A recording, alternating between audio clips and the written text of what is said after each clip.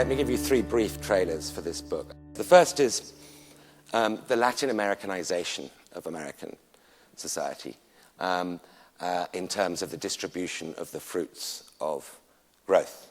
Now, many of you will be aware, most of you will be aware of the fact that in the last 40 years, since the early 1970s, America has been suffering from median wage stagnation. The middle classes have found it very difficult to post annual income increases.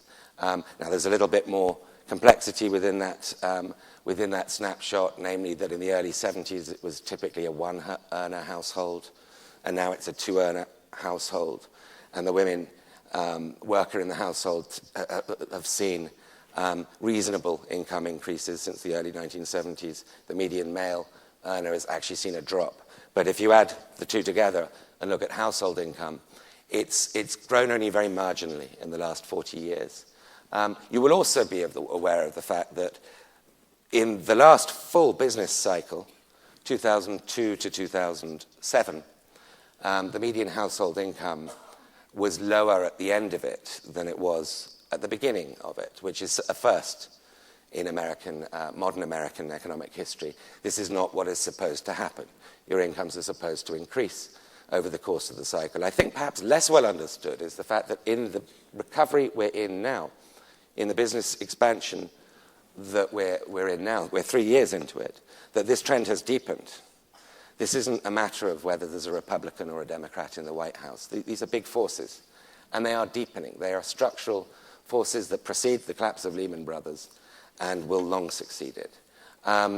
Emmanuel Seitz and Thomas Piketty, the Berkeley scholars, did a breakdown of the 2010 US GDP in 2010, the first full year of US recovery, and the best to date, where the US grew by 3%.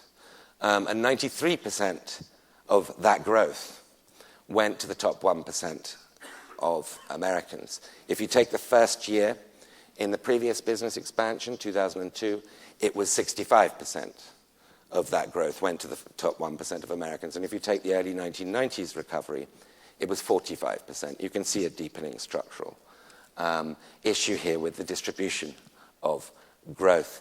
They also looked at the top 0.01%, top 1 in 10,000, as opposed to 1 in 100 Americans for the year 2010. And the top 1 in 10,000 Americans took just under 40% of the growth generated in 2010. And again, if you go back to the first year of the previous two business cycles, you see a much smaller number. All of which, if it doesn't already, should give you the whiff of the hacienda. It should give you a whiff of a Latin American type of distribution of income